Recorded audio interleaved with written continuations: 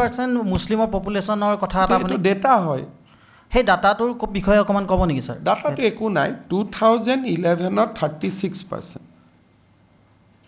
গতিকে 10 ৰ পৰা 11 ত কিমান % বাঢ়িলে 11 ৰ পৰা 21 কিমান % বাঢ়িব 21 ৰ পৰা 31 কিমান % বাঢ়িব এটা এটা ষ্টেটিষ্টিক্যাল স্যাম্পলিং হয় এটো ডেটা আপুনিও গৈ গুগলত মাৰি ল'ব পাৰে 11 ত অসমত মুছলিম কিমান আছিল 1 ত কিমান আছিল 1991 ত কিমান আছিল 1981 ত কিমান আছিল প্ৰত্যেক বছৰে কিমান % বাঢ়ি আছে প্ৰত্যেক 10 বছৰত মুছলিম পপুলেশ্যন অসমত 29% কৰি বাঢ়ি আছে 35 আছিলে 34 হল 29 হল কিন্তু ৰাফলি প্ৰত্যেক 10 বছৰৰ মুৰে মুৰে 30% 29/30 30% মুছলিম বাঢ়ি আছে 1,40,00,000 মুছলমান আছিলে 2011 সো 30% বাঢ়িলে কিমান হল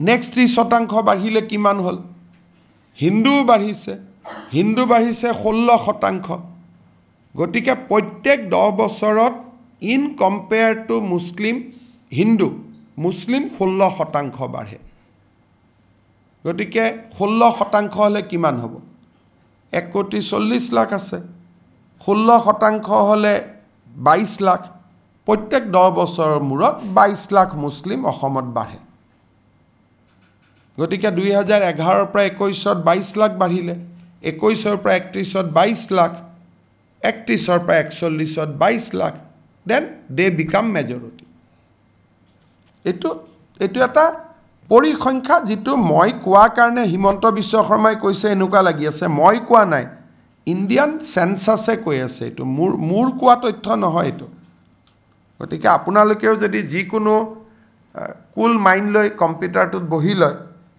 আৰু এটো এবিলাক পাবলিশ ডাটা হিন্দু কিমান মুছলিম কিমান খ্ৰীষ্টিয়ান কিমান বৌদ্ধ কিমান জৈন কিমান these are published data প্ৰকাশিত পৰিসংখ্যা হয় ইয়াত মই বনাবলগীয়া একো নাই মোৰ ডাটা নহয় এটো অসমৰ বাস্তৱ যে 2041 চনত অসম এখন মুছলিম মেজৰিটি ষ্টেট হ'ব হেতুত কোনো না আপুনি ৰাখিব পাৰে না মই ৰাখিব পাৰো এটা বাস্তৱ হেতুৱে কথা চহৰত কি এৱাৰনেছ কৰিব এৱাৰনেছত কাম হলেতো দেখ বহুত কিবা কিবি হৈ গ'লহেতেন সেইকাৰণে আমি এৱাৰনেছো নকৰো তাত এৱাৰনেছ কৰি কি লাভ আছে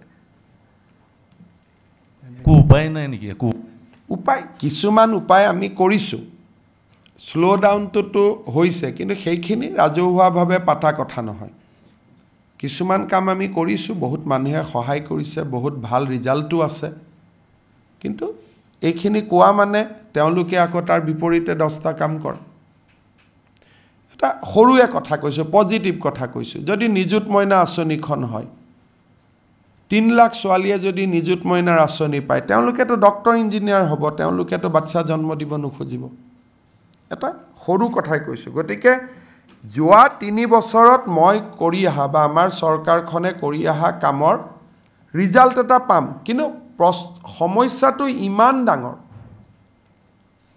হাতীৰ কাষত বাউনা এজনে থিয় হলে জিতু হয় তেনেকুৱা অৱস্থা মোৰ নহয় তেওঁলোকৰ টেন্ডেন্সিটো কি মানে এতিয়া কিন্তু সঁচা কথা ক'বলৈ গ'লে সকলো ক্ষেত্ৰতে সকলোৱে দেখি আছে সকলো ক্ষেত্ৰত তেওঁলোকে পাৰ্গত কিন্তু আপুনি জনসংখ্যাটো যাৰ বেছি তাকটো বেছি দেখিবই সকলোতে মোৰ জনসংখ্যা 40 আপোনাৰ জনসংখ্যা 20 গতিকে 40 মানুহকেতো আপুনি দেখিব আপোনাৰটো লৰাই নাই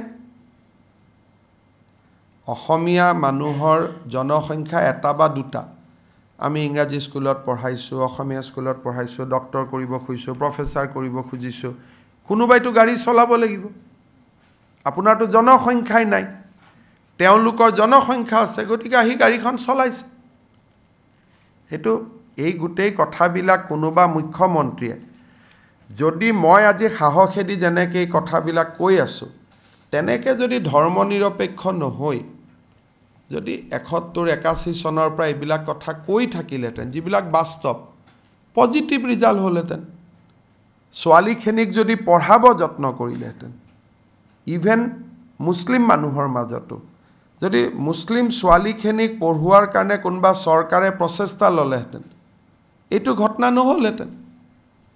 চাইল্ড মেৰেজৰ বিপক্ষে যদি কোনোবা চৰকাৰে আগতেই কৰিলেহেঁতেন, তেতিয়াহ'লে ব্যৱস্থা নহ'লহেঁতেন। এতিয়া 3 বছৰত মইতো এটা চমৎকাৰ কৰিব নোৱাৰোঁ।